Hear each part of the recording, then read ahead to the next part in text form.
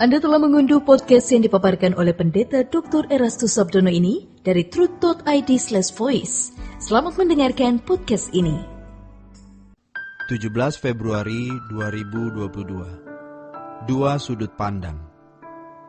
Tuhan melindungi orang-orang yang Dia kasihi dengan cara membawanya kepada keadaan sulit, mengalami kesulitan.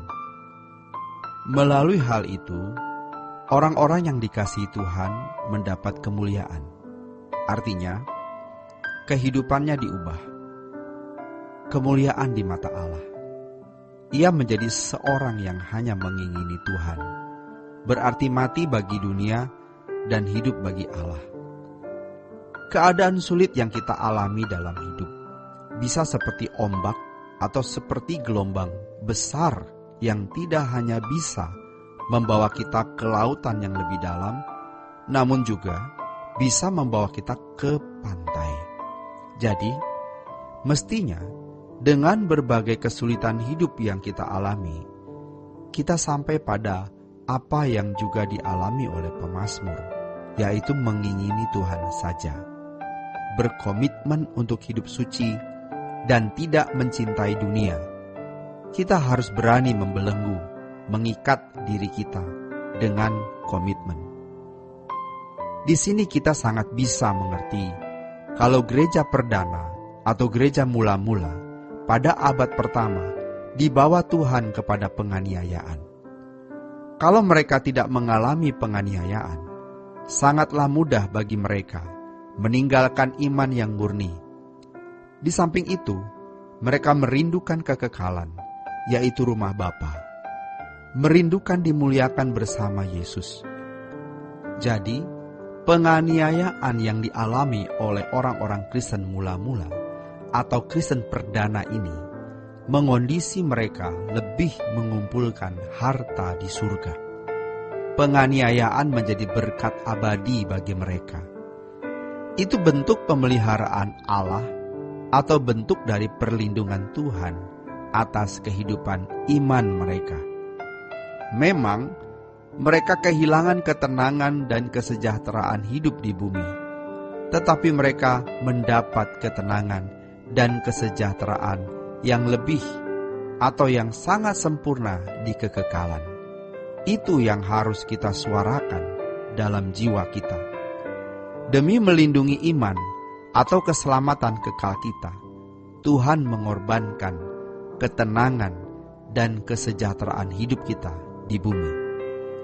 Oleh sebab itu, kita harus memandang hidup ini dengan segala fenomenanya dari sudut pandang yang benar. Benar menurut Alkitab.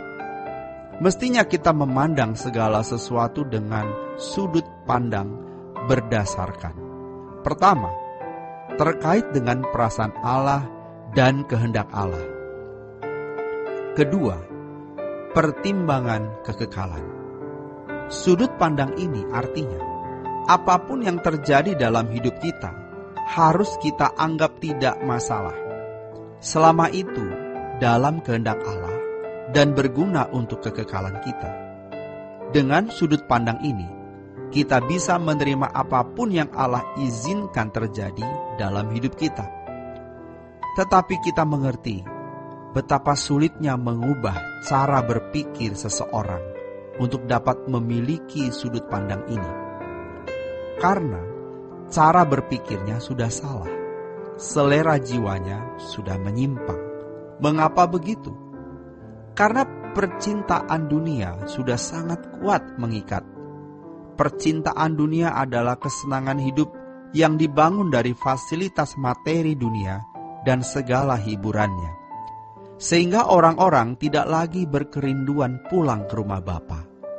Karena hal tersebut, banyak orang Kristen tidak memiliki pertimbangan terkait dengan kehendak Allah atau perasaan Allah dan kekekalan ini. Dalam Alkitab, kita membaca ucapan yang mulia Tuhan Yesus ketika melihat Yerusalem, menangisi Yerusalem. Wahai, jika engkau tahu apa yang perlu bagi sejahteramu. Wahai, betapa baiknya kalau kamu tahu apa yang perlu untuk damai sejahteramu. Tetapi Yerusalem tidak mengerti.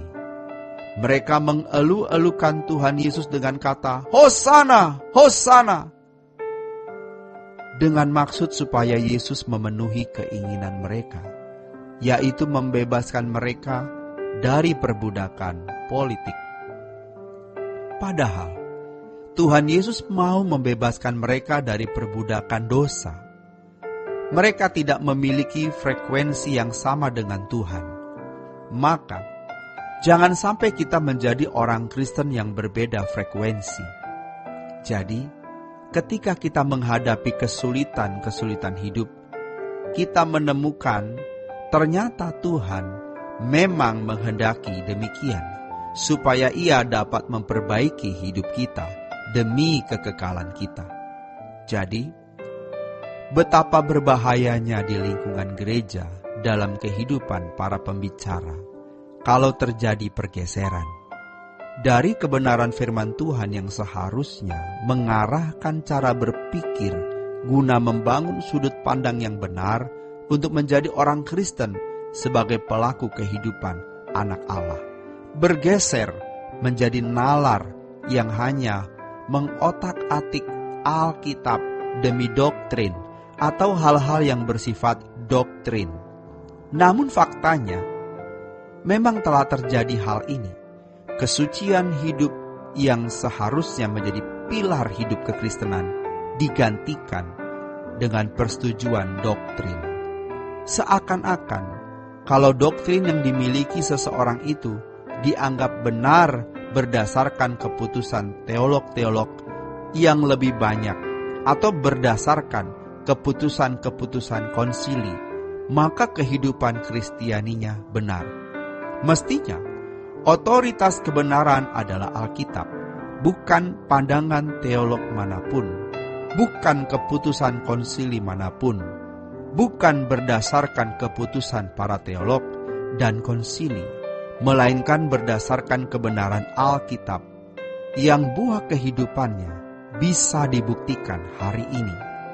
Dalam hal ini, bukan berarti doktrin tidak perlu. Doktrin harus diselenggarakan dengan cara berpikir seperti ini.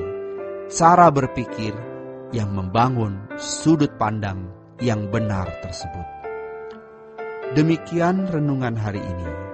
Tuhan Yesus memberkati. Sola Gracia. Untuk berlangganan renungan harian dalam bentuk cetak, silakan hubungi Truth Literatur di nomor telepon 0878 7870 7000. Untuk mendapatkan CD khotbah, MP3 renungan Truth, dan CD album lagu produksi Sola Gracia, Anda dapat menghubungi di hari dan jam kerja di nomor telepon 021 638 60953. Tuhan Yesus memberkati. Sola Gracia.